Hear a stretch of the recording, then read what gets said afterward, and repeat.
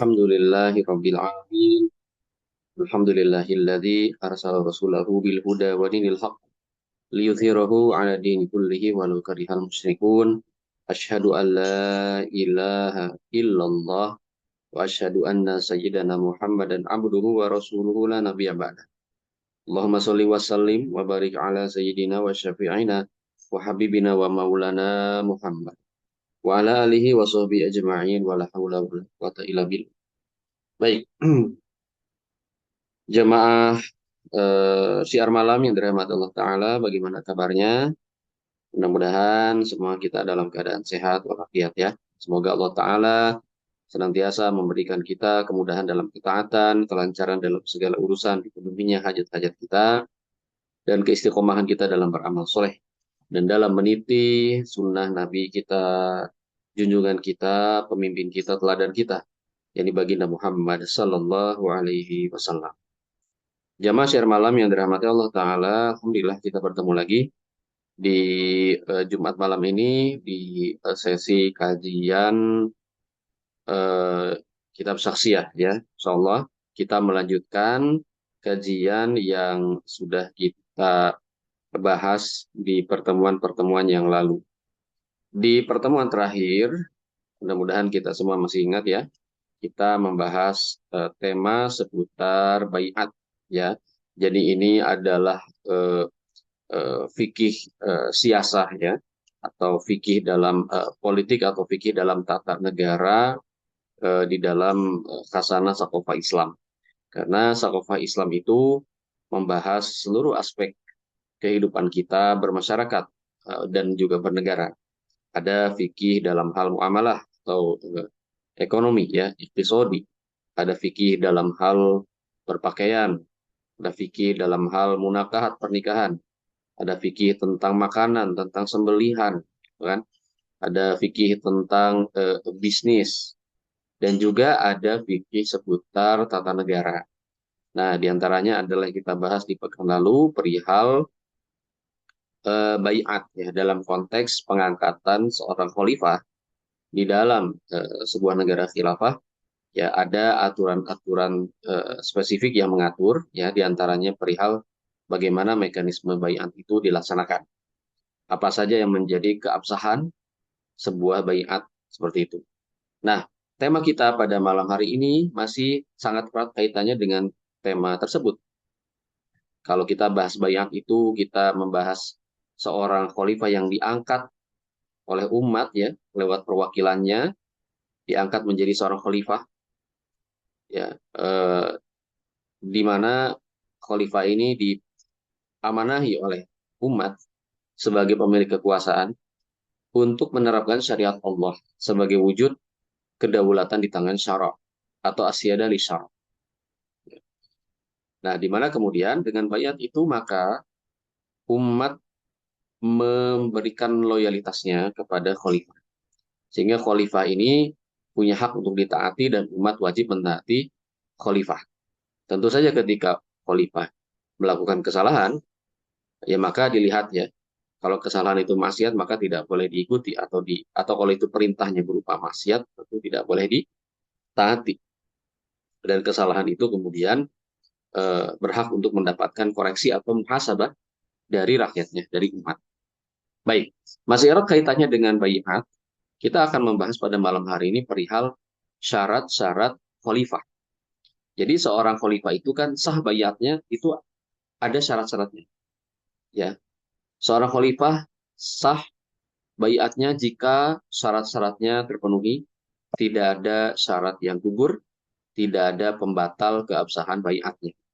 Nah, itulah yang akan kita bahas pada malam hari ini, yang mana masih referensi utamanya yaitu kitab Saksiyah Islamiyah jilid 2 yang ditulis oleh uh, Syekh Al-Alamah Taqiyuddin An-Nabhani rahimahullah taala. Baik, izin share screen ya. Semoga sudah bisa.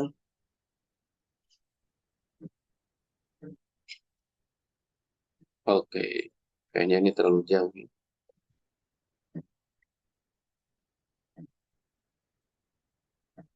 Ah, Atau enggak, saya pakai ini aja deh. Pakai screen aja ya. Sebentar.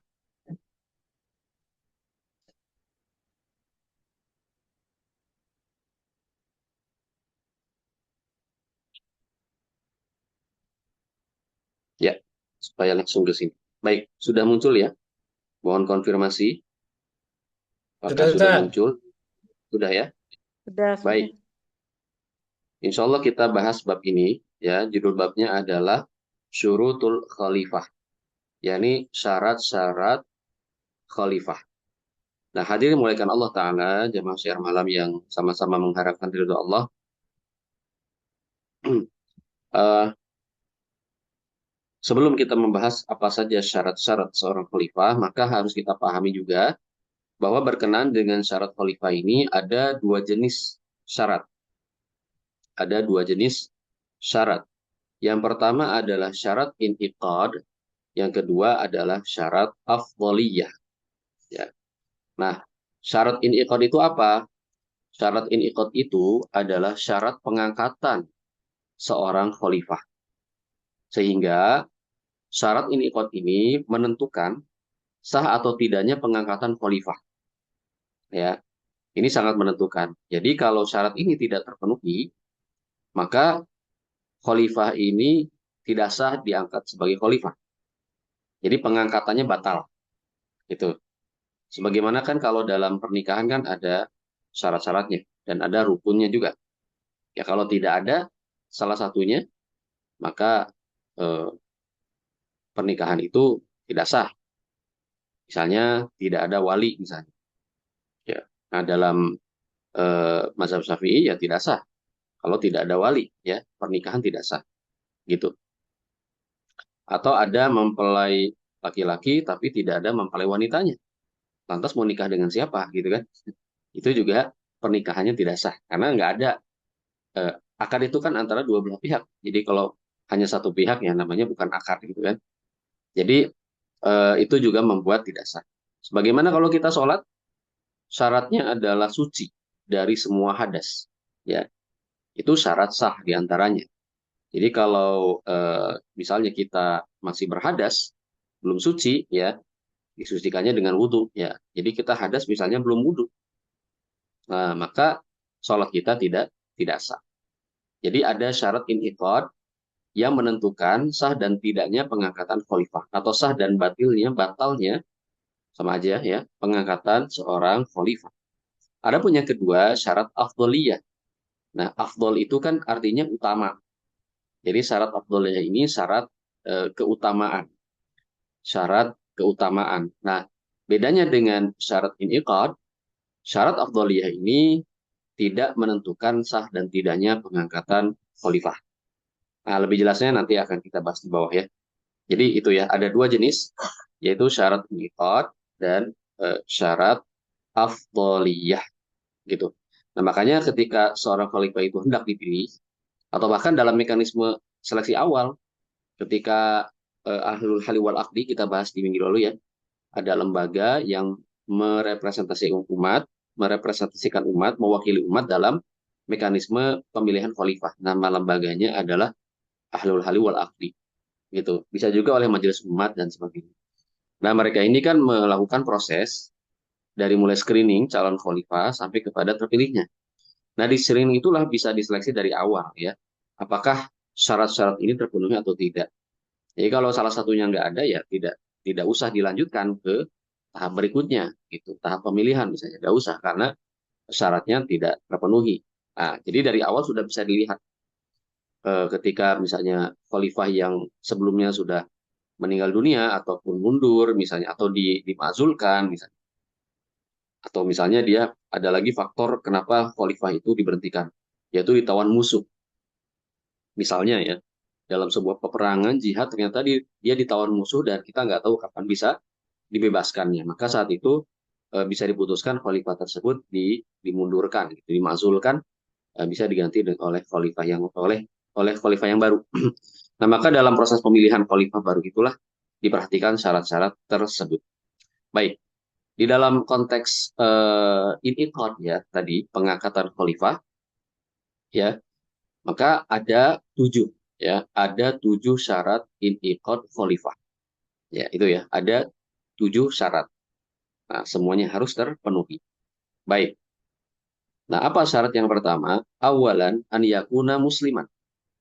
Yang pertama adalah yang pertama adalah calon khalifah, ya, atau khalifah yang hendak dibaiat haruslah seorang muslim, ya. Artinya beragama Islam, gitu. Beragama Islam. Maka la tasihul khilafah li kafir mutlaqan. Kekhalifahan atau khilafah atau jabatan khalifah itu tidak sah diberikan kepada orang kafir. Mutlak, nggak ada pengecualian. Jadi kalau ada istilah mutlakon, nah itu artinya tidak ada pengecualian, ya, mutlak gitu. Pokoknya asal dia kafir nggak boleh jadi pemimpin, nggak boleh jadi khalifah. Fala tajibu ta'atuhu. Nah, otomatis tidak taat, tidak boleh ditaati ya. Orang bukan khalifah gitu ya. Baik, jadi yang pertama itu ya beragama Islam gitu. Nah, apa dalilnya bahwa seorang khalifah itu harus beragama Islam? Dalilnya adalah firman Allah Subhanahu wa taala, "Wala yaj'alallahu lil kafirina 'alal mu'minina sabila." Dan tidaklah, ya, tidak akan pernah Allah menjadikan bagi orang kafir jalan atas kaum mukminin. Nah, maksudnya tidaklah Allah menjadikan orang kafir itu berkuasa, menguasai kaum muslimin. Ya. Nah, baik.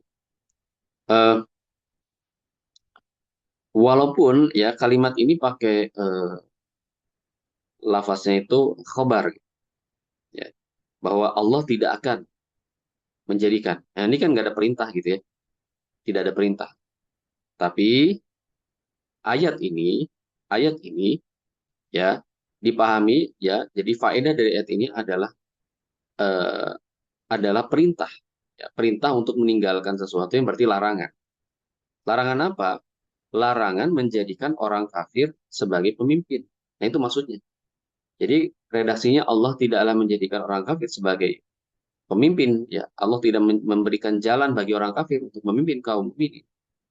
Artinya apa? Artinya kita nggak boleh, seorang mukmin, kita umat Islam tidak boleh memberikan jalan bagi orang kafir untuk memimpin kaum beriman, memimpin kaum mukminin. Nah, ini kan juga larangannya masih masih umum ya.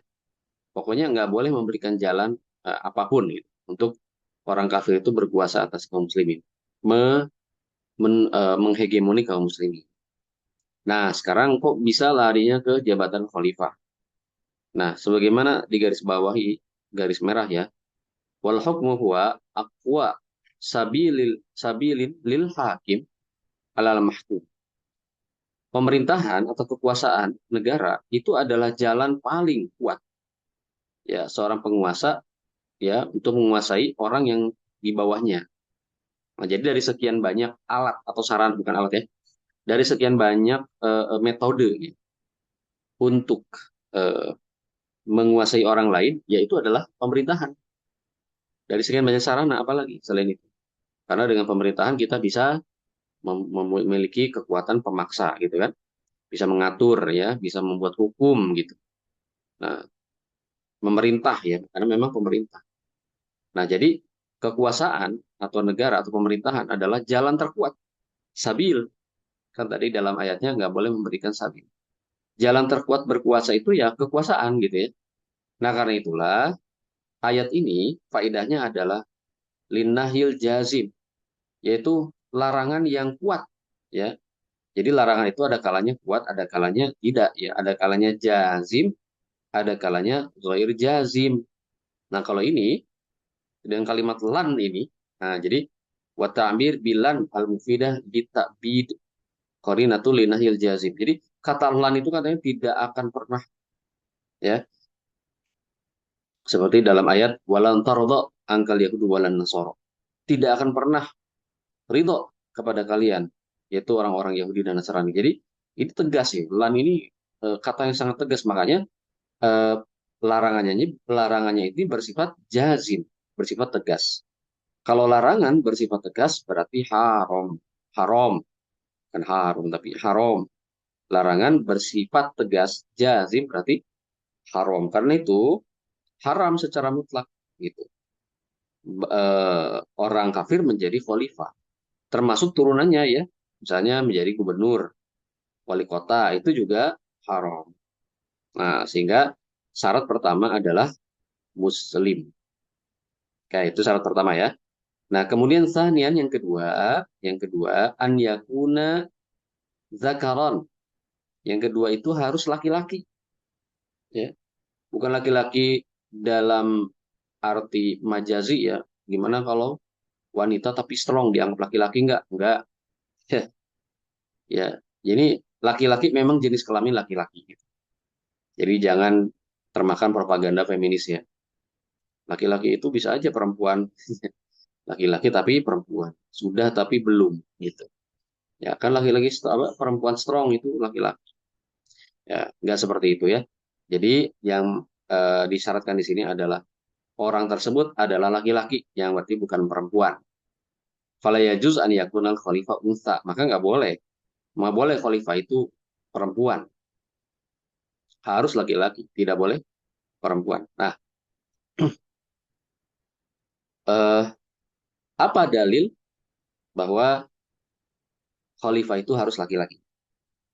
Dalilnya adalah sabda Nabi Shallallahu Alaihi Wasallam yang konteksnya adalah eh, adanya berita yang sampai kepada Rasulullah Sallallahu Alaihi Wasallam, anna ahla Faris qad mallaku alaihim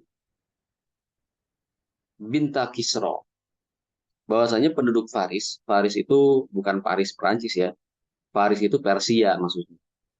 Persia, kerajaan Persia. Dulu kan ada dua kerajaan besar, yaitu Romawi dan Persia. Nah, Persia itu berkedudukan di Irak dan Iran saat ini. Nah, baik. Jadi waktu itu ada kabar, ada berita bahwa eh, Persia itu mengangkat anak perempuan Kisro. Mengangkat sebagai apa? Ya sebagai kepala negara, sebagai ratu dalam bahasa kita, sebagai ratu, ya. Nah, gitu. Padahal dia adalah perempuan, anaknya Kisro. Kisro itu raja Persia, ya, raja Persia. Nah, jadi anak perempuan, sebagaimana dulu di Inggris, ya, perempuan yang jadi ratu pernah ya, yaitu Elizabeth yang sudah meninggal dunia, digantikan sekarang anaknya laki-laki, Raja Charles. Nah, ketika mendengar berita tersebut, apa respon Nabi Shallallahu Alaihi Wasallam? Respon beliau adalah lan yuflih qaumun walau amrahum imra'atan.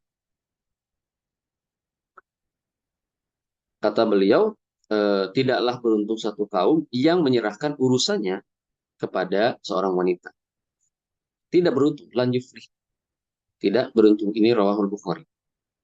Nah, apa yang bisa kita artikan dari kalimat dalam hadis ini? Tidak beruntung satu kaum yang menyerahkan urusannya kepada wanita, kepada seorang perempuan. Tidak beruntung. Nah, baik. Jadi kalimat tersebut ya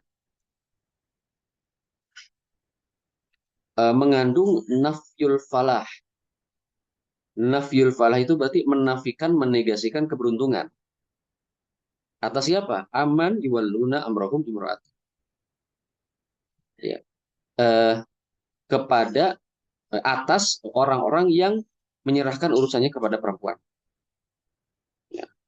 Nah, makna daripada kalimat ini ya, bahwasanya dinafikan keberuntungan, jadi dihilangkan keberuntungan berarti apa? Wa nahyun an eh, tauliyat. Jadi larangan untuk mengangkat dia sebagai pemimpin. Nah, itu. Jadi kalimat ini walaupun juga sama dengan ayat yang tadi kita bahas. Itu kalimat yang sifatnya khobar gitu. Sifatnya tuh eh, berita gitu ya. Bukan perintah gitu maksud saya. Isinya bukan perintah, bukan amar dan bukan juga nahyu, tapi khobar, lan yuflih. Jadi sebuah statement, bukan sebuah order, bukan sebuah perintah ataupun larangan, tapi sebuah statement. Tidak beruntung. Cuman kita memandang sebuah statement itu kan harus ada faedahnya. Harus ada apa yang bisa kita ambil, gitu kan? Apa yang bisa kita ambil? Hmm. Jadi eh, kalau misalnya ada orang bilang gini ya, bahwa orang yang berkendara motor tidak pakai helm, dia akan ditilang polisi. Nah, itu kan statement ya, bukan perintah, bukan larangan, ya kan? Orang yang berkendara motor tidak menggunakan helm, dia akan ditilang oleh polisi. Walaupun kalimat ini pernyataan atau khobar, tapi di dalamnya ada faedah berupa perintah dan larangan. Apa perintahnya? Perintahnya berarti kan hendaklah Anda pakai helm kalau kendaraan motor. Atau kalau dengan bahasa larangan, jangan tidak pakai helm gitu kan. Kalau mengendara motor gitu. Nah, ini juga sama ya dengan kalimat tidak beruntung kaum yang menyerahkan urusan pada perempuan, ini mengandung larangan. Larangan menyerahkan urusan kenegaraan kepemimpinan kepada perempuan. Sehingga ini merupakan siyagut talab, merupakan pernyataan atau sigoh perintah sebetulnya. Ya. Walaupun ikhbar ini, ya ikhbar itu bernada statement. Nah, jadi ketika statement di dalamnya ada sebuah celaan, ya, ini kan lam yuflih ini celaan, tidak beruntung ini sesuatu yang buruk gitu. Nah, maka di sini bisa bisa dinilai ya dalam perspektif usul fikih bahwa kalimat tidak beruntung itu merupakan korinah alam nahil jazib, merupakan sebuah korinah. Korinah itu artinya indikator. Ini kalau mendalami di usul fikih, di pelajaran usul fikih ya. Jadi korinah indikator bahwa bahwa dalam statement tersebut terdapat larangan yang sifatnya tegas. Korinatun ala nahil jazib. Indikator atas larangan yang tegas. Nah, sebagaimana tadi, an-nahyu al-jazim, ketika larangannya tegas, ada kata jazim itu, maka berarti artinya apa? Haram. Artinya haram. Jadi larangan yang sifatnya haram. Kalau haram berarti dosa, nggak boleh. Nah, gitu. Nah, sekaligus ini menandakan bahwa syarat seorang khalifah adalah laki-laki. Demikian juga turunan khalifah, jabatan-jabatan pemerintahan yang ada di bawah khalifah, gubernur tadi, wali kota dan sebagainya, itu juga harus laki-laki. Jadi intinya yang di dalam pemerintahan ya, jabatan pemimpin pemerintahan itu haruslah laki-laki, maka ya harus laki-laki, maka tidak sah ketika khalifah itu dijabat oleh seorang perempuan. Itu tidak sah. Itu yang kedua ya. Nah, kita lanjut syarat yang ketiga. Syarat yang ketiga adalah salisan anyakuna balighat. Yang ketiga syaratnya adalah baligh. Ya, sudah baligh. Fala yajuzu an yakuna sobiyan. Maka tidak boleh, tidak sah jika jabatan khalifah itu dipegang oleh seorang anak kecil. Nggak sah. Nah, inilah bedanya dengan sistem monarki ya, Bapak Ibu sekalian. Kalau dalam monarki itu terkadang seorang anak kecil itu bisa jadi raja gitu ketika misalnya rajanya itu meninggal sementara anaknya masih kecil. Itu bisa jadi raja ya. Kan ada kisah tentang apa? Dinasti terakhir di Cina itu. Ya, dinasti terakhir di Cina ya. Nah, itu sempat itu yang jadi raja adalah anaknya masih kecil gitu. Nah, cuman karena masih kecil, akhirnya pemerintahan itu secara praktisnya dikelola bukan oleh dia, tapi ya menterinya atau siapa, perdana menterinya. Ya, jadinya memang nggak efektif, hanya simbol aja dia sebagai raja.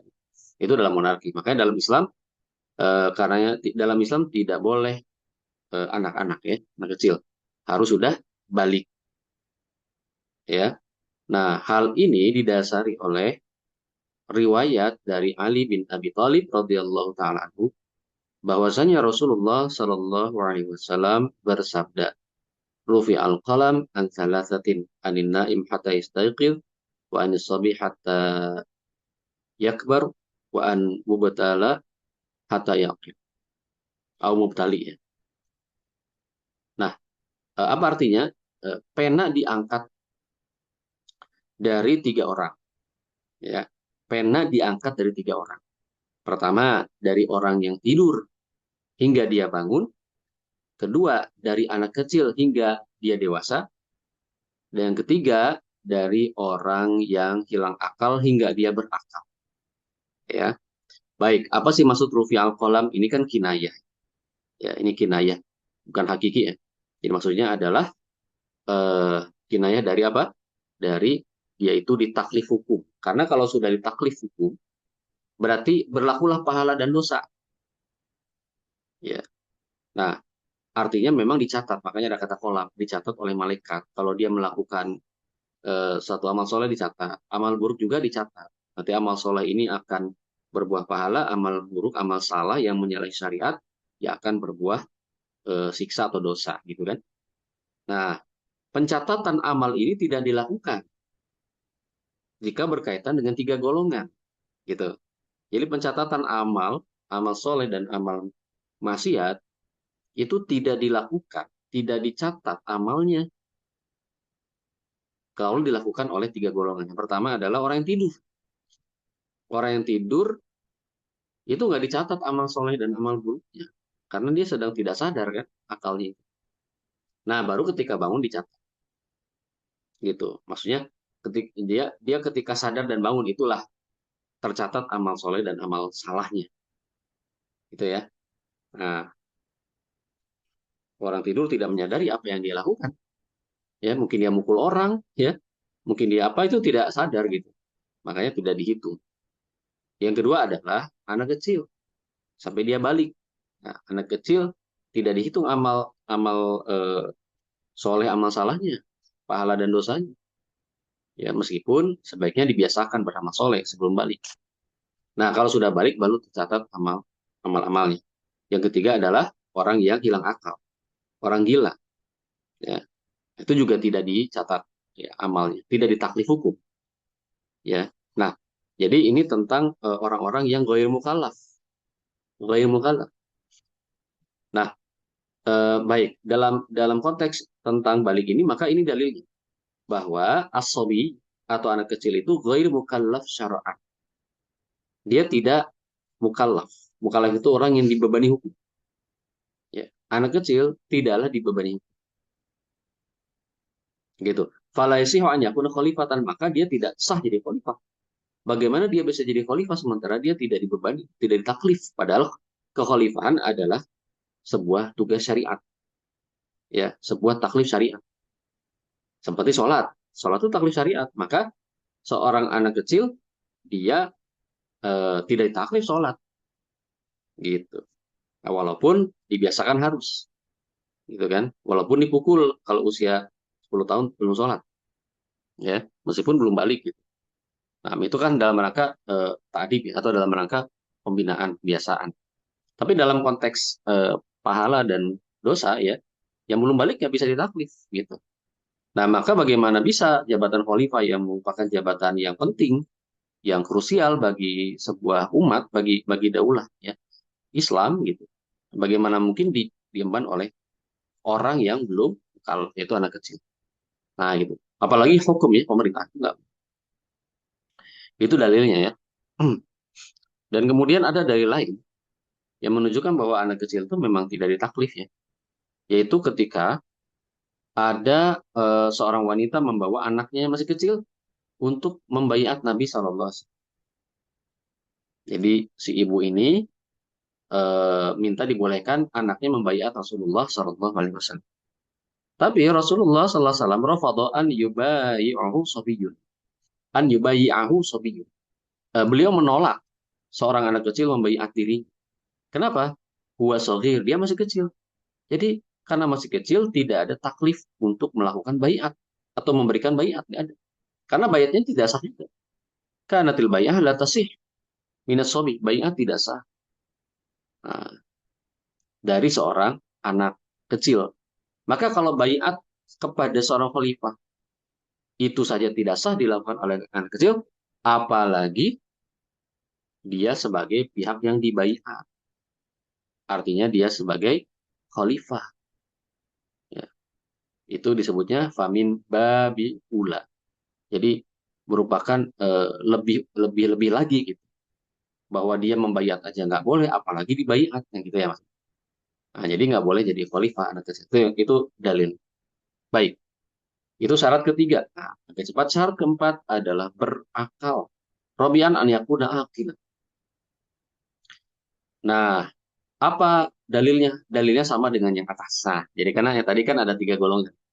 Yang tidak, yang rufi al-qalam, diangkat pena dari.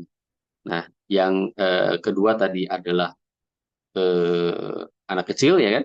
Nah, yang ketiga kan orang yang hilang akal. Nah, gitu. Jadi sama dalilnya ya. Orang yang hilang akal ghairu mukallaf. Dan juga di anal akla mana tuh taklif. Akal itu adalah objek taklif. Jadi kalau orang tidak berakal nggak bisa menerima taklif, nggak bisa mikir dia, nggak bisa nerima informasi kan, gitu. Jadi orang yang hanya yang berakal saja yang menerima taklif. Oke, itu syarat keempat. Jadi kalau gitu orang gila nggak boleh jadi khalifah. Ya, orang gila, orang ODGJ nggak boleh. Harus sembuh dulu, gitu ya.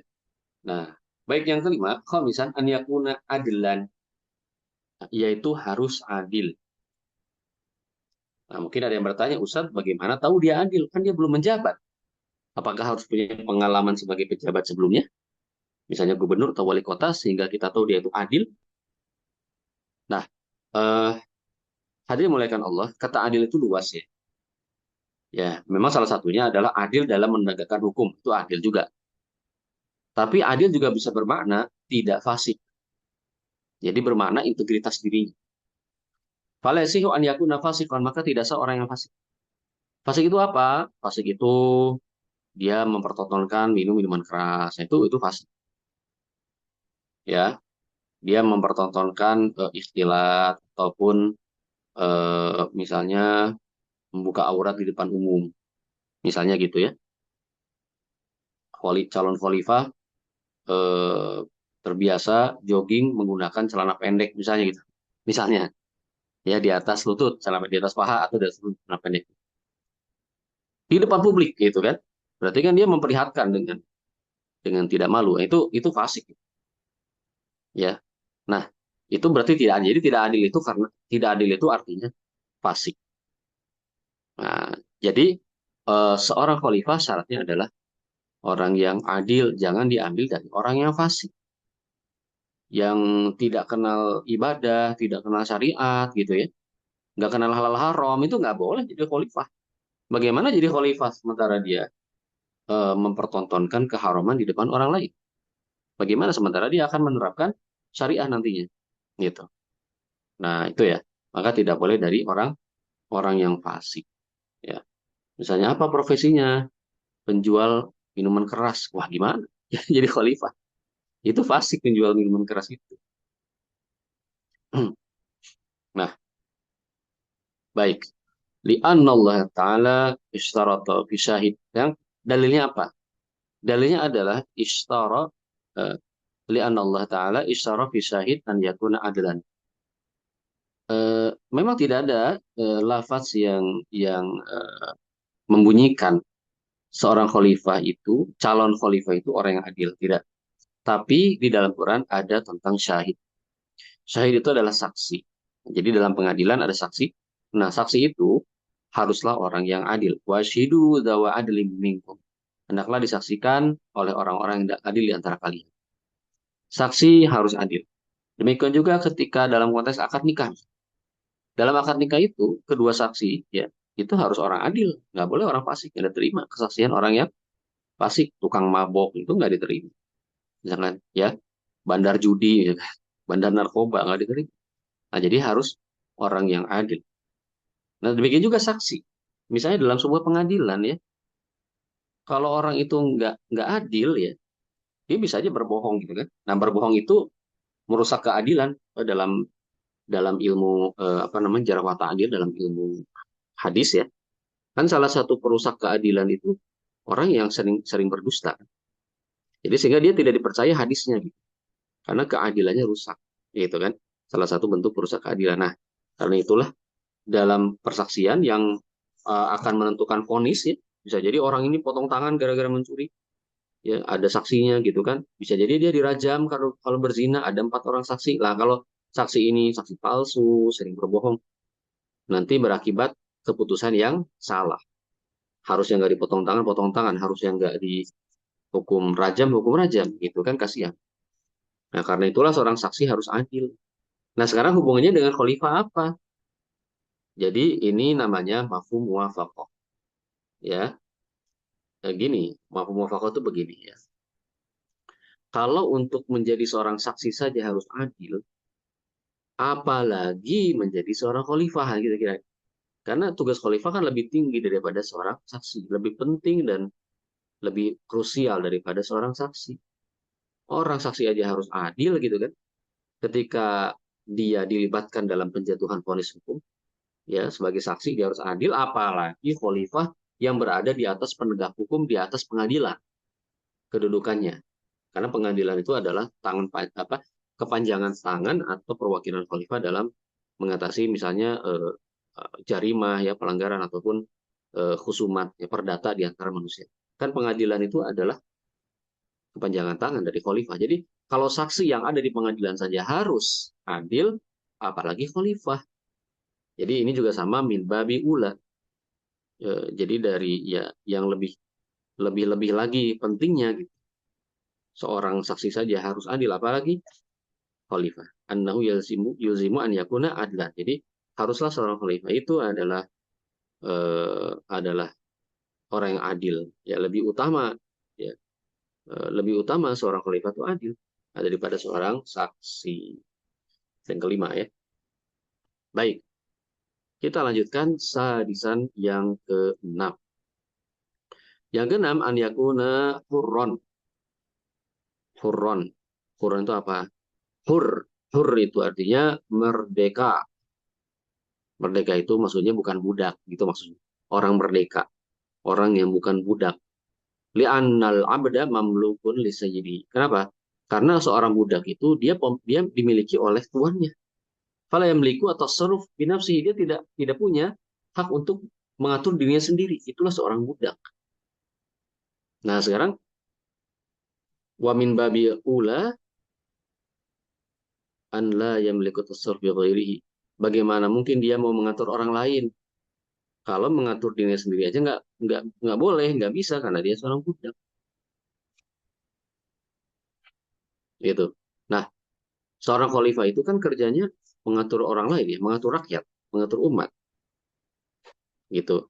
Maka bagaimana mungkin dia bisa mengatur umat, mengatur rakyat kalau dia sendiri nggak bisa mengatur dirinya sendiri karena seorang budak. Nah, itu logika hukumnya, itu nalar hukumnya. Ya. Nah, karena itulah seorang khalifah harus orang merdeka. Kalau dia budak nanti pas menjalankan menelurkan kebijakan-kebijakan dan arah negara, dia jadi boleh diatur oleh tuannya. Jadi bukan dia khalifahnya kalau gitu kan. Jadi semacam khalifah boneka aja gitu. Yang berkuasa itu tuannya dia karena dia seorang budak gitu kan. Nah ini nggak bisa ya, tidak sah. Ya jadi syaratnya adalah harus bukan budak, orang merdeka ya.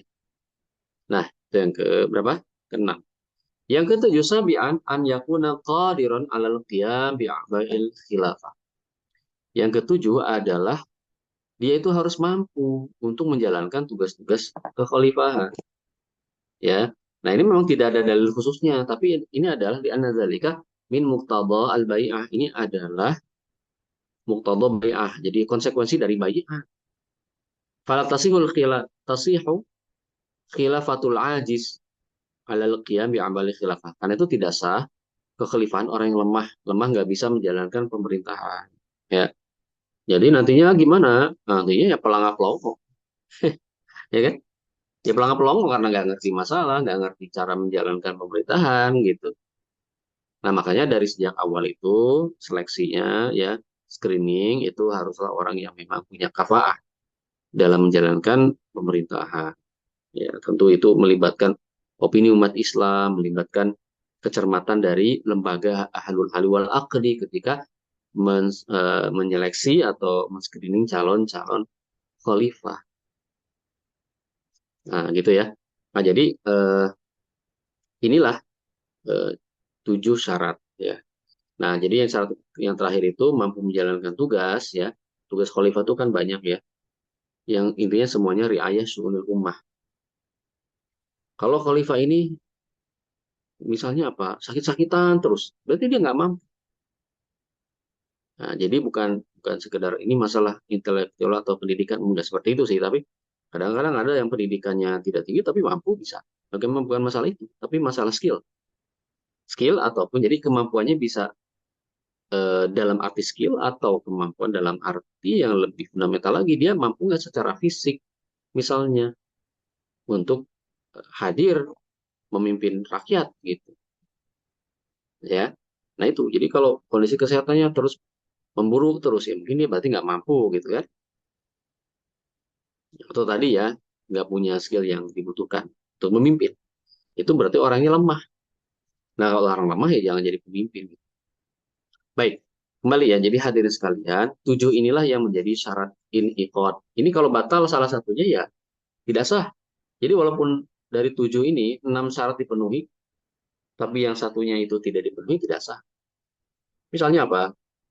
Misalnya calon khalifah ini mampu, merdeka bukan budak, orangnya adil bukan fasik, berakal juga misalnya, balik ya sudah usianya dewasa ya, tapi dia bukan laki-laki, misalnya perempuan, nggak boleh.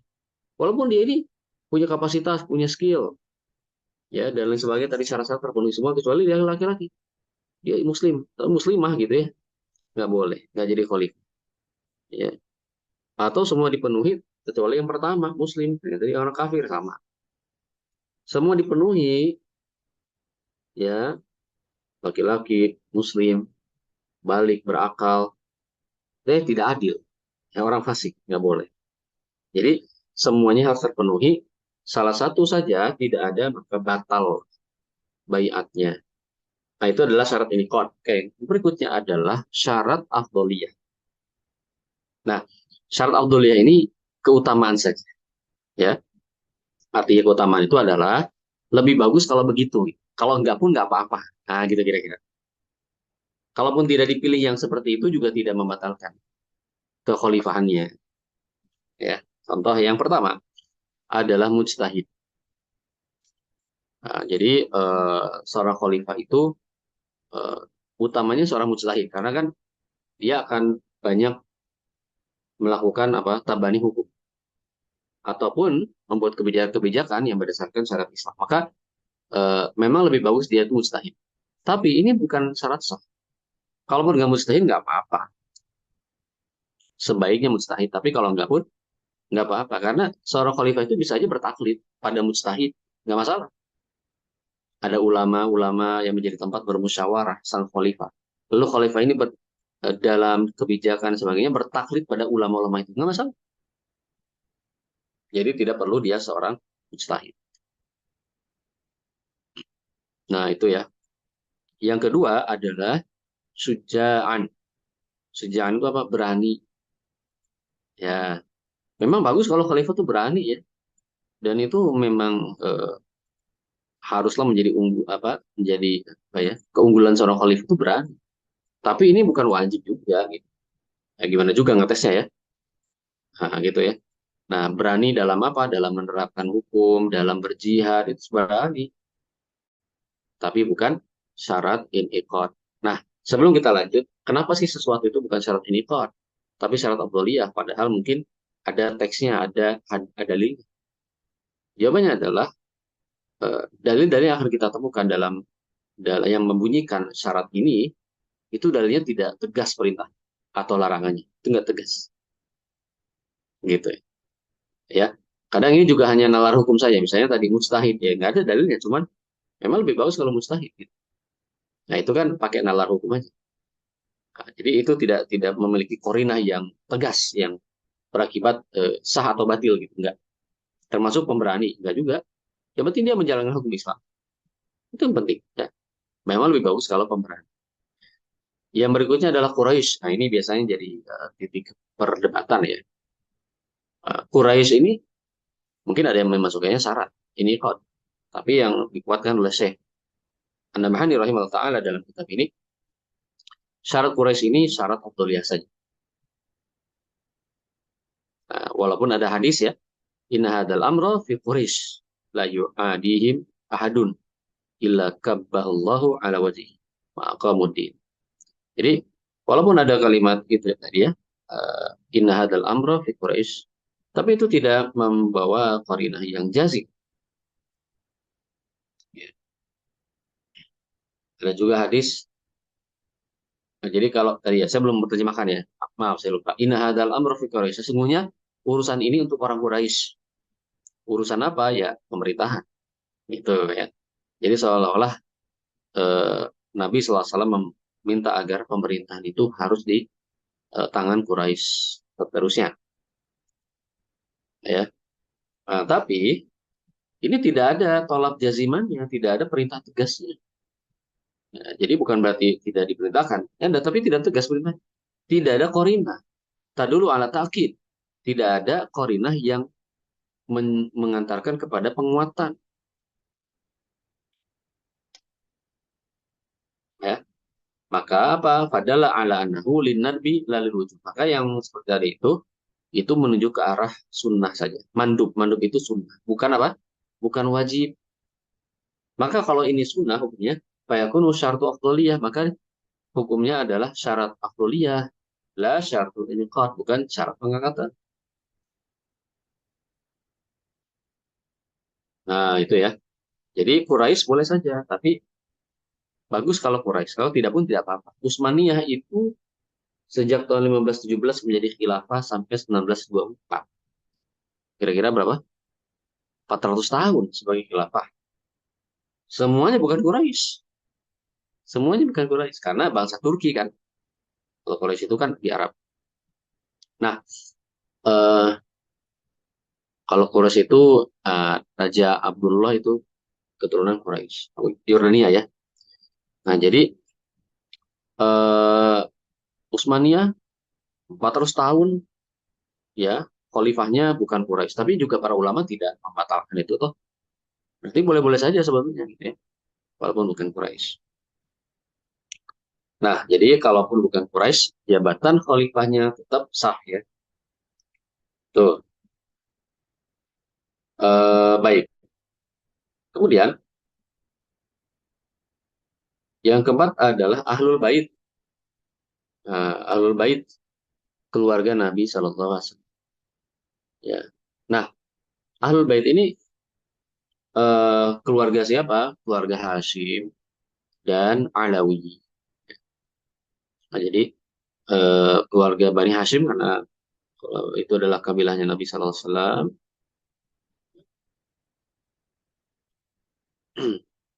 Nah, eh, dan Alawi berarti dari garis Sayyidina Ali. Kan beliau juga Ahlul Bait ya. Nah, ini juga ya yang dasarnya juga tidak spesifik tentang khalifah, tapi memang beberapa hadis itu menyatakan keutamaan Ahlul Bait. Itu beberapa hadis memang. Nah, tapi sekali lagi ini afdoliyah saja, bukan syarat inikah. Quraisy ini, maaf, Ahlul Bait ini. Bahkan di dalam sejarah Khulafaur Rasyidin dari awal saja khalifah pertama, kedua dan ketiga memang Quraisy, tapi bukan Ahlul Bait kan. Barulah khalifah keempat Sayyidina Ali, baru Ahlul Bait. Menandakan memang ini bukan tegas perintahnya, hanya anjuran saja, ya, bukan kewajiban. Artinya bukan jadi syarat sah seorang khalifah. Nah, baik. Uh, Hari muliakan Allah. Demikian yang dapat saya sampaikan materi malam ini seputar syarat seorang khalifah. Jadi ingat, syarat seorang khalifah itu ada dua jenis. Ada syarat iniqad, yaitu syarat pengangkatan, ya, dan kedua syarat afdholiyah, yaitu syarat keutamaan. Nah, syarat iniqad ada 7 tadi, dan itu sangat menentukan sah tidaknya pengangkatan khalifah. Kalau salah satunya saja tidak ada, maka tidak sah pengangkatan khalifah itu. Adapun syarat afdholiyah itu di luar syarat wajib, di luar syarat iniqad, jadi hanya keutamaan saja. Lebih baik ada lebih baik jika terdapat syarat-syarat ini, maka dia lebih baik jadi dia akan lebih utama untuk jadi khalifah. Tapi kalaupun bukan dia, tidak masalah. Kalaupun tidak memenuhi syarat afdoliyah juga tidak masalah, tetap tetap sah. Ya. Nah itu kayak kita misalnya eh, antara gini ya, dalam memilih imam dalam sholat kan, diantaranya adalah yang paling fasih kiroahnya. Jadi kalau dua orang, si A dan si B, si A lebih fasih maka lebih utama dia jadi imam. Tapi kalaupun yang imam itu si B bukan A, tetap sah imamnya sepanjang bacanya benar. Nah gitu, ya kan? Sepanjang bacanya benar, tetap sah dia. Jadi bacaan yang lebih orang yang punya bacaan lebih fasih itu keutamaan itu afdoliyah. Tapi kalau bukan dia tapi masih benar bacaan fatihahnya, itu tetap sah dia sebagai seorang imam. Nah, jadi harus dibedakan antara syarat ini qad dengan syarat afdoliyah atau syarat tambahan atau syarat keutamaan. Saya kira itu yang dapat saya sampaikan pada kesempatan hari ini.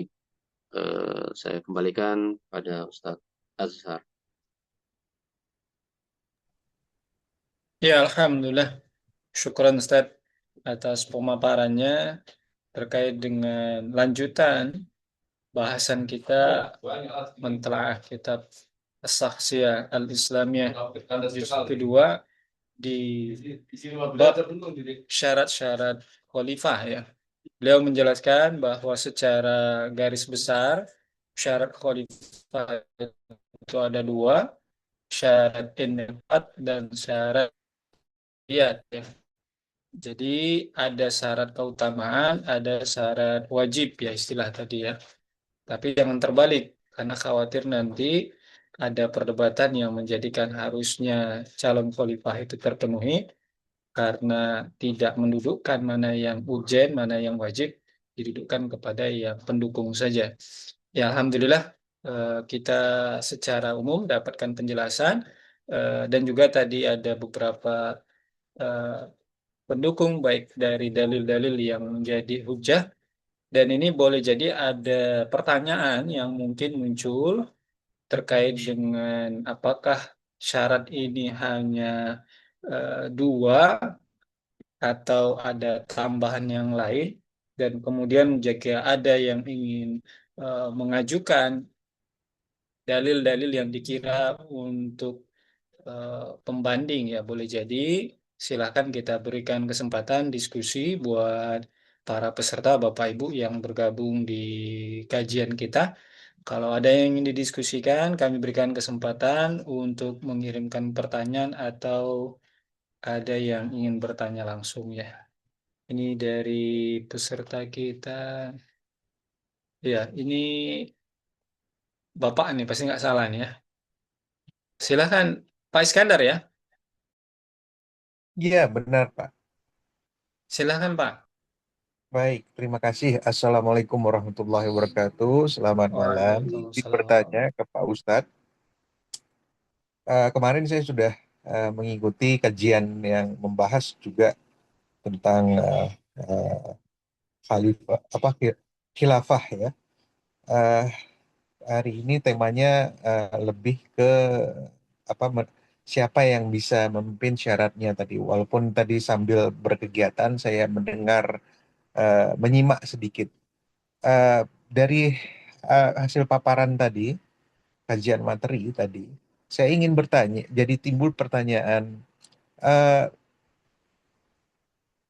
dalam wujud atau dalam pemimpin yang ideal dalam dalam memimpin suatu apa eh, negara khilafah, eh, jika dari perspektif dari masyarakat awam.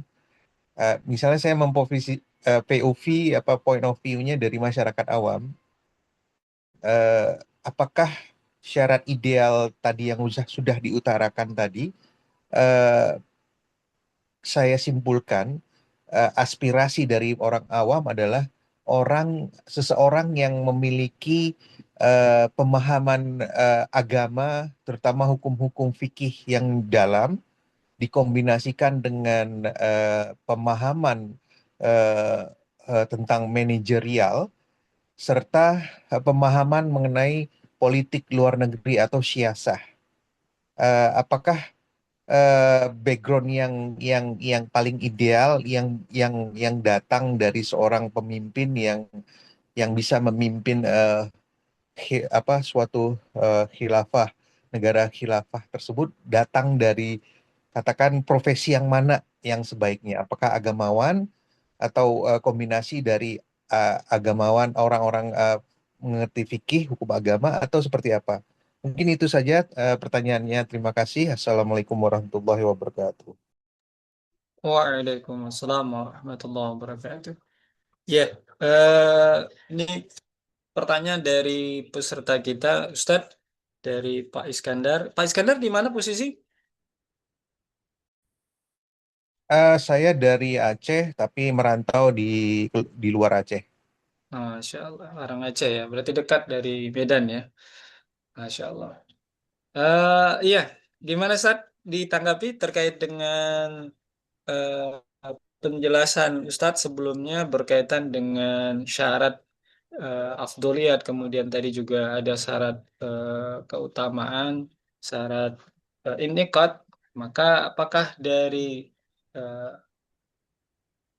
munculnya calon pemimpin itu eh, memang lahir dari orang yang paham agama atau agamawan tadi beliau istilahkan, atau memang eh, murni politisi ya, mungkin lebih tepat ya, politisi eh, juga punya kemampuan teknokrat mungkin sebagai pendukung tambahannya.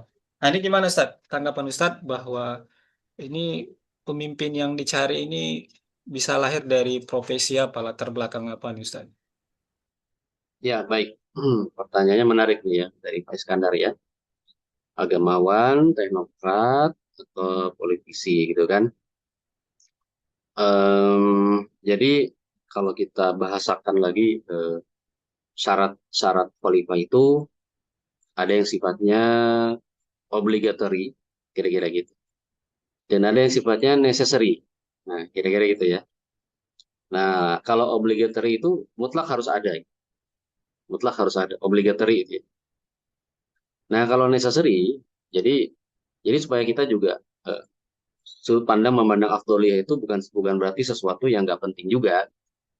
Wah, nggak penting dia paham agama, paham fikih tadi ya, atau nggak penting dia itu pemberani dan sebagainya. Itu penting, itu necessary, itu diperlukan gitu. Diperlukan tapi tidak obligatory. Sehingga kita tahu mana bare minimumnya ya.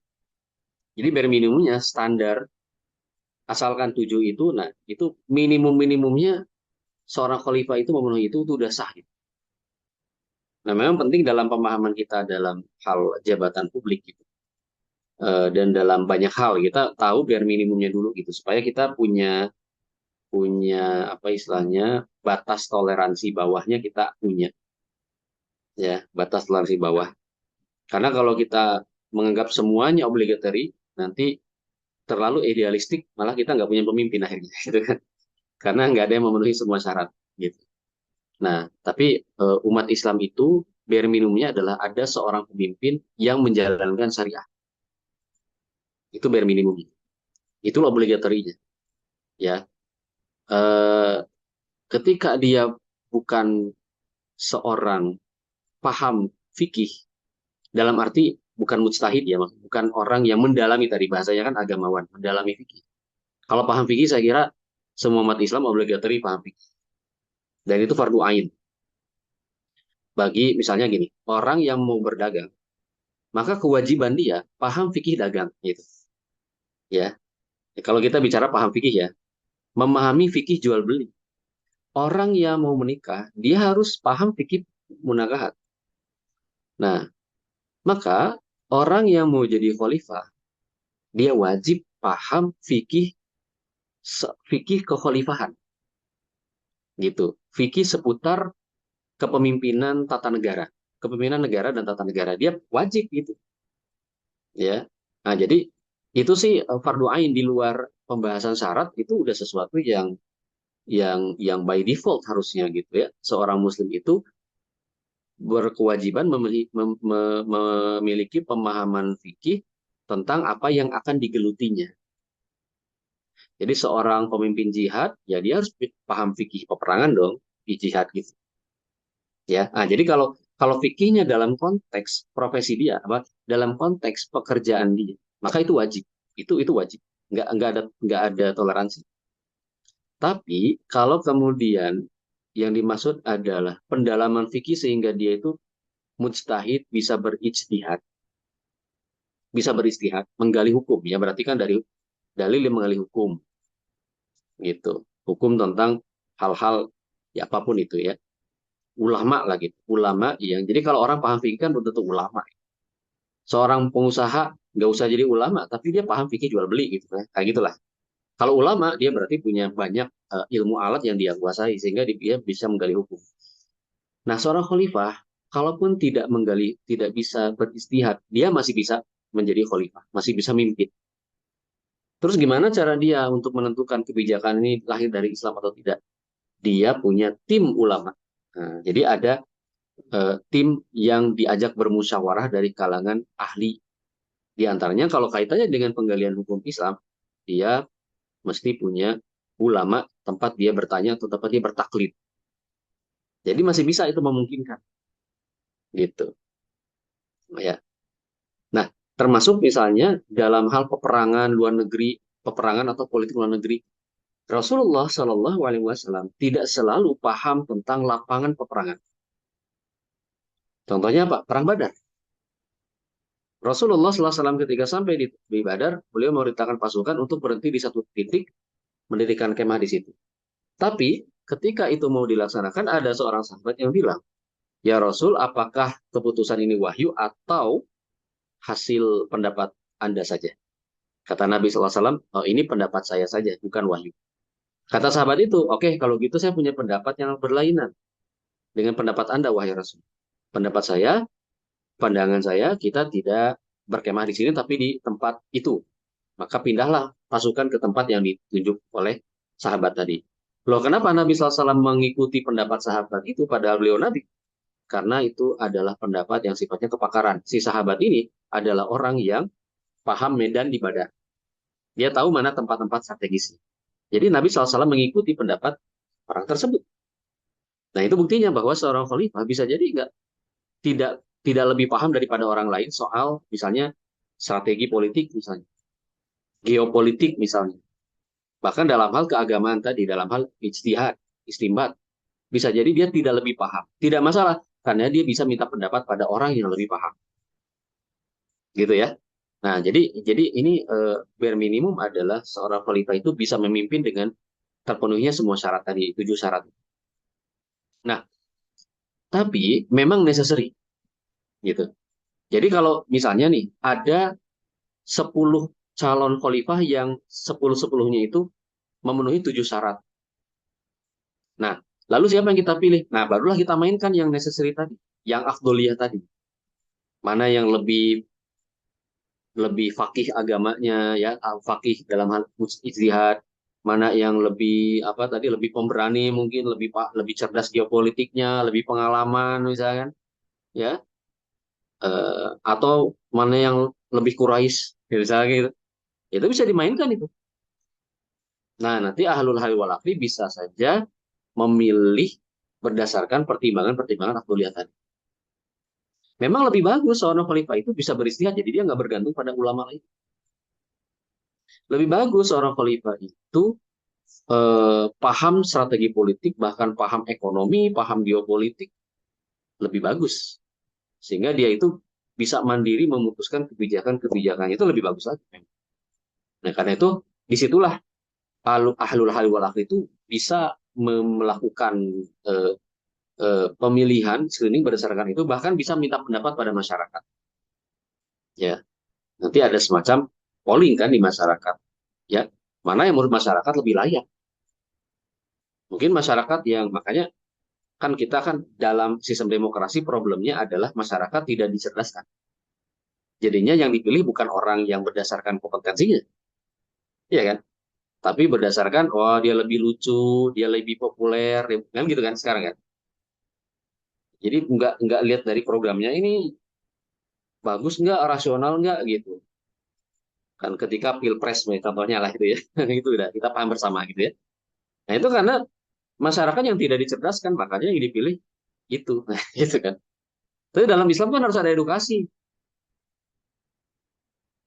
Itulah yang dilakukan oleh partai politik, harusnya melakukan edukasi di masyarakat agar masyarakat cerdas. Sehingga yang dipilih adalah orang-orang yang memang dibutuhkan oleh umat gitu, secara kompetensi gitu ya. Nah, karena itulah juga tugas partai politik bukan sekedar mencerdaskan, tapi membentuk kader-kader pemimpin. Di mana kader-kader pemimpin ini selain dididik keislamannya, akliyahnya, nafsiyahnya, kepribadiannya Islam, agar 7 syarat terpenuhi tadi ya, juga dididik masalah apa?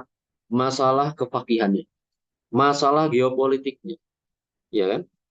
Masalah strategi politiknya, kepemimpinan, di kader dalam partai-partai politik yang ada. Sehingga tatkala umat ini membutuhkan seorang calon khalifah yang baru, sudah ada stok kader yang memenuhi syarat, bukan hanya syarat in-ikot atau obligatory tadi, tapi juga syarat afdoliyah itu, dan apa namanya, afdoliyah atau necessary tadi, dan itu mestinya stoknya banyak. Calon-calon pemimpin yang memang, wah dia sudah pemimpin, dia fakih agamanya, dia uh, cerdas geopolitiknya, dia pintar manajerialnya. Wah, itu dibentuk oleh siapa? Oleh partai politik. Dan umat pun sudah cerdas memilih orang-orang yang memang kompetensinya bagus. Nah, itu kita menjawab kegambangan yang justru di demokrasi sekarang ini malah nggak ada yang kayak gitu. Pemimpin karbitan. Rakyat tidak dicerdaskan. Ya demokrasinya begini sekarang. Kelihatannya kan begitu. Kurang lebih Allah a'lam bishawab. Izin menambahkan satu lagi boleh, Pak Moderator?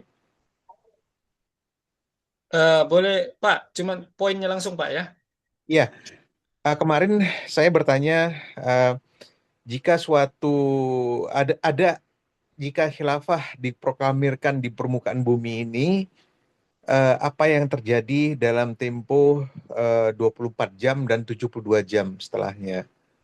Dalam hal ini karena kita membahas mengenai pemimpin, berarti saya di dalam apa aspirasi saya memandang bahwa pemimpin khilafah adalah seseorang yang paham, bisa beristihad bagaimana mengambil sikap dalam hal apa yang harus dilakukan dalam waktu 24 jam dan 72 jam yang harus dilakukan. Apakah bagaimana pandangan Pak Ustadz tentang hal itu? Terima kasih.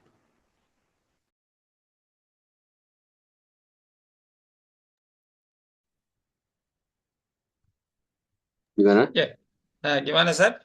Bahwa beliau ingin menambahkan pertanyaan berkaitan dengan ini mengumpamakan jika khilafah itu tegak, kaitan dengan pembahasan kita malam ini, maka visi khalifah dalam 24 atau 78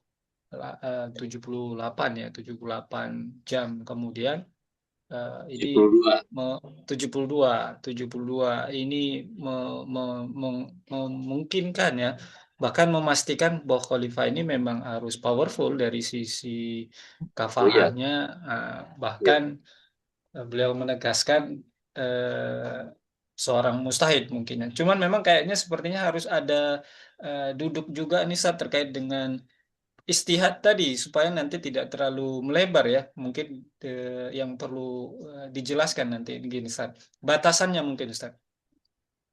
Iya, iya. Atau ini Menarik. kecakapan suatu pemimpin yang kita pilih dalam hal gelombang-gelombang yang akan mengganggu 24 jam dan 72 jam setelah diproklamirkan. Oh iya, iya betul. Harus itu, Pak. Jadi harus punya kecakapan seperti itu. Karena sebuah negara khilafah ya, tentu ketika ditegakkan di atas muka bumi pasti akan memancing reaksi dari banyak pihak, ya, terutama dari negara adidaya yang sekarang merusak dunia, ya, Amerika, Israel itu pasti akan bereaksi, nggak mungkin enggak gitu. Gaza aja di bumi hanguskan, Iran juga diserang tiada henti ya. Nah, Jadi itulah pentingnya seorang pemimpin yang qadir tadi, punya kekuatan. Bahkan tadi salah satu afdoliyahnya apa? Salah satu syarat afdoliyahnya adalah pemberani. Jadi pemimpin ideal tentu saja adalah yang syarat afdoliyahnya banyak terpenuhi ya. Di luar syarat yang ini ikot tadi. Ya, jadi syarat afdoliyahnya dia mustahid, dia seorang pemberani. Nah, itu lebih bagus. Apalagi dia yang pertama gitu kan. Menghadapi berbagai tantangan, bayangkan dari berbagai sudut dari berbagai sudut khilafah ini bisa diserang oleh negara-negara adidaya yang punya peralatan tempur yang lebih canggih gitu. Nah, karena itulah tidak kalah pentingnya juga ini kesiapan masyarakat. Ya, kesiapan masyarakat. Salah satu contoh kenapa Iran bertahan hingga hari ini itu karena masyarakatnya pun solid mendukung pemerintahan. Ya, bahkan mereka itu sampai pernah itu ketika ada ancaman bahwa Amerika akan menghancurkan jembatan, yang mana jembatan tersebut sangat sangat vital gitu. Jadi kalau jembatan itu hancur, ekonominya lumpuh, gitu kan. Itu malah mereka itu kumpul di jembatan itu, ya. Rakyatnya itu kumpul di jembatan. Jadi nantang-nantang, ayo kalau mau hancurin jembatannya, oh kami di sini. Nah, ini adalah semangat berkorban. Ini miniatur aja di Iran. Semangat berkorban ini harus kemudian dibentuk gitu. Nah, ini memang karena khilafah itu bukan sekedar pemerintahan ya, tapi sebuah eh, sebuah hasil daripada masyarakat yang sudah terbentuk pemikiran dan perasaannya. Ya, oleh apa bisa terbentuk pemikiran perasaan? Tentu oleh mabda, oleh ideologi. Dan itu sangat ditentukan oleh dakwah kita hari ini. Gitu. Bagaimana membentuk masyarakat yang betul-betul terikat dengan ideologi Islam, bersedia mengemban ideologi Islam, dan bersedia berkorban untuk ideologi Islam. Nah, ini perlu pembentukan yang mantap ini. Dari apa? Dari dakwah. Sehingga lahir pemimpin yang seperti tadi diidealkan tadi, diharapkan tadi. Pemimpin yang kuat. Maka dalam Islam itu ada dua kriteria pemimpin ya. Secara filosofi ya, bukan secara fikih. Kita kan lagi bahas fikih ini. Tapi secara filosofis ada dua. Itu apa? Dalam Islam itu disebutnya adalah dia harus kawiyan dan aminan. Ya, kawiyan artinya kuat gitu. Dia kuat mengemban tugas kenegaraan, bahkan kuat bagaimana membawa negara ini kuat, bagaimana mempertahankan negara ini dari serangan dari serangan musuh-musuhnya, ya, mempertahankan gitu. Dia harus kuat gitu. Di samping juga kuat integritasnya gitu ya, tidak mudah terpengaruh, tidak mudah dia mundur gitu. Harus kuat, kawiyan, aminan apa? Terpercaya, amanah. Jadi dia amanah mengemban kepemimpinannya. Maka saya sepakat sekali kalau eh, ketika 24 jam pertama ini harus betul-betul seorang khalifah ini yang memang cerdas secara geopolitik. Memang dia itu harus kuat ya dan punya strategi bagaimana menghadapi itu. 24 jam, 72 jam, bahkan mungkin 100 hari pertama ini masih gonjang-ganjing.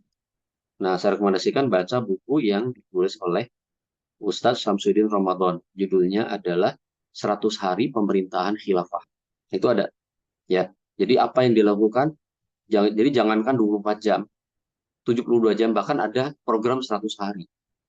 Kan kita mau mengkonvert sistem ini kan menjadi sistem Islam gitu kan. Nah, ekonominya, hukum segala macam. Jadi itu perlu waktu juga dan itu 100 hari pertama fokusnya ke situ. Ya. Ada buku lain saya lupa penulisnya juga menjelaskan bagaimana di hari-hari pertama memang umat Islam atau negara ini harus siap secara militer menghadapi serangan musuh-musuh. Begitu khilafah dideklarasikan, wah nanti dari Amerika, dari Israel harus siap. Nah, itulah memang memerlukan kesolidan umat. Sebetulnya secara material ya, kita ini siap. Jangan mengukur hanya satu negara aja. Namanya khilafah kan berarti menghimpun banyak potensi kan. Banyak negara-negara muslim hari ini punya senjata-senjata bagus-bagus. Ya, bahkan ada yang punya nuklir juga gitu. Jadi, karena itulah yang diperlukan adalah pemimpin yang kuat. Yang bisa menghimpun kekuatan itu, bisa memimpin rakyatnya, bisa dipercaya oleh rakyatnya bahwa oh ini pemimpin kita ini bakal menjadi pelindung kita nih karena mengamalkan hadis Nabi SAW yaitu apa? Al imamu junnah, pemimpin adalah perisai. Nah, jadi milih pemimpin juga harus pilih yang mana nih pemimpin yang kira-kira bakal bisa jadi perisai ini, jangan yang lemah, jangan yang letoy, gitu. Nah, itulah kenapa tadi saya bilang syarat Abdul ini bukan tidak penting, penting, ya. Nah, cuman itu klasifikasi aja. 7 syarat itu kan syarat biar minimum. Nah, kalau kita ingin kualitas kepemimpinannya bagus, ya syarat Abdul sudah harus diperhatikan, terutama kalau menurut saya dalam tataran sejarah tadi. Ya. Selain juga mujtahid itu juga penting sih menurut saya. Ya, jadi seorang khalifah itu seorang mujtahid itu akan sangat bagus sekali. Cuman sebetulnya dalam syarat ini kok juga ada tadi syarat qadir tadi, mampu. Nah ini sebenarnya kemampuan ini yang akan sangat dipengaruhi oleh tuntutan saat itu. Kalau kekhilafahan ini kemudian di 24 jam pertama, 70 jam pertama itu kemudian sangat berpotensi terancam kekuatan lain yang dari asing, berarti Qadir yang dituntut dalam syarat itu, dia berarti mampu mempertahankan eksistensi khilafah selama 24 jam sampai 70 jam, bahkan 100 hari, bahkan seterusnya. Nah, itu saya sepakat sekali memang diperlukan pemimpin yang kuat untuk memimpin umat. Mutlak itu harus ada ya. Wallahu a'lam.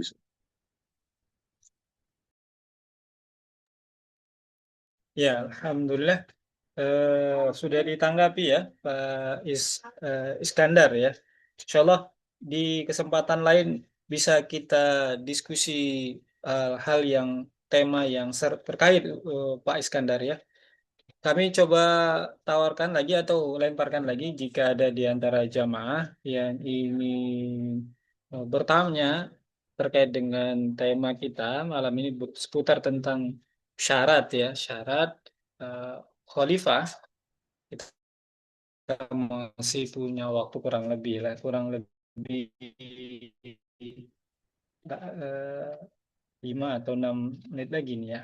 Kalau tidak ada ini saya sebagai pertanyaan selanjutnya ini kalau memang tidak ada sebagai pertanyaan penutup nanti ini kalau memang tidak ada lagi eh, apakah syarat inikot ini berlaku juga terhadap syarat dalam memilih pemimpin Ustaz? Dalam pengertian tadi Ustaz sampaikan bahwa kepemimpinan dalam Islam itu tidak hanya dilihat dari kacamata sistem yang tegak hari ini yaitu demokrasi, tapi dalam konteks yang ideal seperti yang dicita-citakan kaum muslimin yaitu khilafah misalnya. Nah, lantas eh, pertanyaannya apakah syarat inikot ini juga berlaku ketika memilih pemimpin yang dalam sistem yang belum ideal seperti demokrasi hari ini Ustadz misalnya karena diskusi ini debatable. Ya, kita bilang saja 5 tahun sekali kaum muslimin ini berkutat dalam persoalan yang sama terkait dengan pemimpin, tapi tidak berdebat dalam konteks ideal nggak sistem yang hari ini dijalankan pemimpin yang mereka pilih nantinya. Nah, ini kan menjadi diskusi yang tidak berujung, Ustadz, di satu sisi ya. Nah, kemudian bagaimana kita mengamalkan terkait dengan syarat ini, terkait dengan kepemimpinan daerah misalnya. Karena kan ini semua dalam sistem faktual ya, sistem faktual demokrasi hari ini. Apakah kita berlegowo dengan sebagian kaum muslimin dalam konteks yang mereka punya standar sendiri dalam memilih pemimpin, tapi setidaknya kita juga punya dasar-dasar yang ini juga bisa menjadi hujah. Nah, ini gimana Ustaz menengahkannya dan kita bisa uh, lapang ya mungkin di satu sisi tidak merusak ukhuwah di antara kaum muslimin. Ini gimana Ustaz?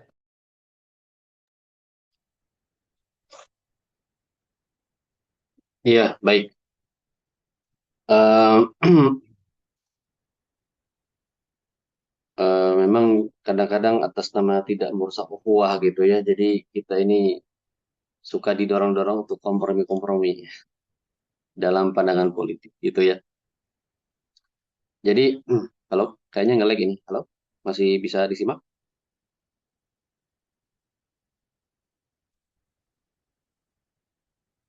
Tes tes. Eh, Cek dulu. Halo? Masih Ustaz. Ya. Masih Oh, jelas. Ustaz Azhar. Balik ya. Kayak lempar beliau. Baik, terima kasih. Saya lanjutkan. Ya, jadi ini sama kayak inilah, kayak situasi yang atau peristiwa yang terjadi belakangan ini ya tentang eh, hafalan Quran jadi password untuk minuman keras gratis ya. Dan perkembangan terbarunya pelakunya sudah ini ya diciduk polisi karena masuk dalam pelaporan penistaan agama gitu. Mungkin semua mengikuti ya. Yang viral ini ya. Nah, eh, memang bagus ya bahwa umat ini ada kepekaan ini kok Quran dinistakan, dihinakan dengan kok jadi sayembara dalam minuman keras. Ya, itu memang nggak boleh dibiarkan ya. Jadi memang harus ditindak itu pelakunya. Tapi sebetulnya mungkin kita melupakan juga hal yang lebih mendasar. Hal yang lebih mendasar itu adalah miras tersebut itu kok legal diperjualbelikan gitu. Mungkin kalau nggak ada kasus ini kita juga kebanyakan nggak tahu ya, oh, ada tuh miras tersebut yang legal. Ya, saya ngecek saya secara online juga ternyata juga dijual juga bebas di online juga bisa dibeli oleh siapa aja. Bayangkan, miras sekarang bisa dibeli online, ya bebas gitu kan, legal gitu. Nah, gimana tuh? Itu hal yang lebih mendasar. Memang betul penggunaan Al-Quran dalam sayembara itu salah, itu penghinaan. Quran kok dikaitkan dengan miras, Quran kok jadi password untuk bisa dapat miras gratis. Tapi yang lebih mendasar harusnya kita juga buka juga apa itu jual pelegalan jual beli miras yang sebetulnya itu kan haram. Jadi di layer paling dasarnya itu juga harus kita gugat. Nah, sama juga dalam hal kepemimpinan misalnya ya, dalam hal kepemimpinan misalnya. Ya, eh, ketika umat mempermasalahkan pemimpin ini muslim apa bukan muslim, nah itu bagus. Memang di situ harus ada kesadaran secara syariat bahwa pemimpin kita ini nggak boleh eh, bukan Islam gitu. Sekalipun tadi embel-embelnya kan dalam demokrasi boleh siapa aja, tapi sebagai umat Islam nggak boleh dipimpin oleh orang kafir. Berdasarkan ayat yang tadi kan ayat yang tadi itu umum, yang nggak boleh pemimpin kita ini kita menguasai urusan-urusan kehidupan kita itu orang kafir nggak boleh gitu kan. Nah, tapi ada yang lebih mendasar lagi yaitu hukum apa yang diterapkan, sistem apa yang diterapkan gitu. Gitu. Jadi mengukur orang dari sudut pandang syariat Islam itu bagus, tapi jangan lupa ada persoalan mendasar dalam hal kepemimpinan kita adalah sistem apa, hukum apa yang diterapkan. Gitu ya. Nah, jadi kalau misalkan ini ada pemilihan dalam konteks demokrasi, ada pemilihan kepala daerah atau apa, tapi dia kafir, gimana? Ya kita harus bersuara, nggak boleh milih orang kafir kan? Tadi dalilnya udah ada. Jadi haram pemimpin kafir gitu, gitu. Pemimpin calon pemimpinnya koruptor ya nggak boleh juga, berarti kan dia tidak adil, tidak adil ya orang fasik, gitu kan? Nah atau dia fasik atau dia seorang yang tidak mampu, misalkan, atau dia eh, perempuan bukan laki-laki, ya nggak boleh. Kita harus bersuara bahwa itu nggak boleh. Gitu. Setidaknya kita bersuara itu nggak boleh. Tapi sekali lagi itu kan itu konteksnya adalah kita menilai orang itu. Orang itu nggak boleh jadi pemimpin loh. Gitu. Ya. Jadi ketika ada taruhlah pilkada atau apa, orangnya seperti itu, ya, misalkan dia non muslim kah atau dia bukan laki-laki atau dia tidak balik atau apa yang kemudian eh, melanggar ya syarat kepemimpinan dalam Islam, ya kita harus bersuara itu nggak boleh. Tapi jangan lupa bahwa ada hal yang mendasar, yaitu hukum yang diterapkan apa gitu. Jadi kalaupun kita bersuara ini nggak boleh karena kafir, ini nggak boleh, bukan berarti kalau dia misalkan Muslim, oke Muslim, tapi sistem yang diterapkan sistem apa? Apakah Islam atau bukan? Nah bukan berarti kalau dia udah Muslim, oh ya sudah kita lega, selesai, ya kita tumak ninah, nggak juga, karena sistemnya apa gitu loh, kan gitu. Oke dia Muslim laki-laki, fakih lagi, ulama lagi misalnya, ya sudah, berarti tugas kita selesai, berarti dia layak. Ntar dulu, ya memang dia muslim, dia ulama bahkan laki-laki, tapi yang jadi masalah sistem apa yang diterapkan. Karena dalam konsep bayat yang kita bahas minggu lalu, seorang khalifah itu dibaiat dalam rangka menegakkan hukum Allah. Itulah yang lebih mendasar, itu isu yang lebih utama. Itu isu yang lebih mendasar dalam hal kepemimpinan. Ya, soal apa yang diterapkan, hukum siapa yang diterapkan, itu hanya lebih mendasar lagi. Jadi jangan lupa kita mengangkat isu itu. Gitu. Nah tadi ya, kembali lagi kadang-kadang, nah nanti memecah belah antar umat Islam, isu ukhuwah diangkat dan sebagainya. Ya, hari ini mulaikan Allah. Ya, ukhuwah itu seharusnya sudah tidak perlu diganggu gugat, asalkan kita ini sama-sama berakidah Islam, kita ini berukhuwah udah. Tapi kalau sudah masalah mana pendapat lebih kuat, mana dalilnya lebih kuat, jangan kebaperan bawa-bawa ukhuwah gitu. Nanti ini merusak ukhuwah. Ya kenapa harus dirusak sih ukhuwahnya?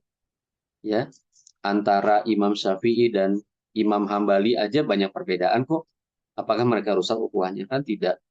Kan kemudian konteksnya mana dalil yang lebih kuat, mana pendapat yang lebih kuat. Ya, Imam Syafi'i dan Imam Hambali itu guru dan murid ya. Kemudian Imam Syafi'i dan Imam Malik juga beda. Buktinya mereka beda mazhab gitu kan. Gitu. Jadi jangan kemudian di judgement bahwa ketika kita ketika kita kekeh dengan pendapat kita, tanda kutip kekeh, kenapa? Karena kita pandang pendapat kita ini yang paling kuat. Ya kalau nggak paling kuat, ngapain kita punya pendapat ini kan? Gitu. Dan kita yakin bahwa isu soal hukum Islam, mengembalikan hukum Islam adalah qadhiyah masiliyah, problematika utama umat Islam. Masalah hidup matinya umat Islam. Dan itu pendapat yang sahih, pendapat yang rojih karena dalilnya ada gitu. Dan kita kekeh dengan itu. Jadi kalau ada misalkan unsur umat Islam lain yang tidak sependapat dengan itu, yaitu tentu saja kita nggak bisa maksa gitu. Dan kita nggak bisa kemudian demi ukhuwah pendapat saya tinggalkan. Nggak begitu logika berpendapat. Para mujtahid pun tidak ada tuh meninggalkan pendapat gara-gara ukhuwah, nggak ada. Ya, nggak ada ya. Ya, kecuali pendapat cabang. Nah, pendapat cabang kemudian demi persatuan umat ditinggalkan bisa. Karena itu kalau ada khalifah yang mengambil satu pendapat untuk merekatkan umat kan. Tapi kalau dalam hal qawaidul Islam, dalam hal usul, kita tuh nggak bisa kemudian menanggalkan itu dengan embel-embel menjaga persatuan ukhuwah. Misalnya apa yang masalah usul? Kewajiban menerapkan hukum Islam. Itu masalah usul. Itu masalah qawaid, masalah pilar-pilar Islam. Masalah mendasar, bukan masalah cabang. Kalau masalah cabang kan, misalkan masalah fikih ibadah, kan banyak yang cabang tuh ya. Tapi kalau masalah mengembalikan hukum Islam, menerapkan Islam secara apa, itu bukan masalah cabang, bukan masalah kemazhaban, itu masalah maklum minadin bidarurah. Nggak bisa itu ditanggalkan gitu. Ya. Nah, karena itulah eh, sebaiknya kalau bicara masalah gini harus kepala dingin gitu. Jangan dikit-dikit, ya ini harus ukhuwah dong. Jadi jangan kekeh dengan pendapat Anda. Loh, kita kan belum bahas mana pendapat kuat, mana pendapat lemah. Kok udah bawa-bawa ukhuwah sih gitu. Ukhuwah itu jalan-jalan aja selama kita sama akidahnya kan. Nggak usah dibawa-bawa kemudian terkesan terancam ukhuwahnya. Lah kita kan ini perdebatan ilmiah gitu. Jadi bukan soal ukhuwah kita rekat atau tidak gitu kan. Ukhuwah itu dibuktikan ya dengan persaudaraan kita, dengan kita saling menolong dalam hal kebaikan. Ukhuwah gitu. Begitu kurang lebihnya Allah a'lam. Ya, Alhamdulillah. Eh, Sepertinya tidak ada lagi pertanyaan, Ustadz. Ya, mudah-mudahan tadi menjadi pertanyaan penutup. Kira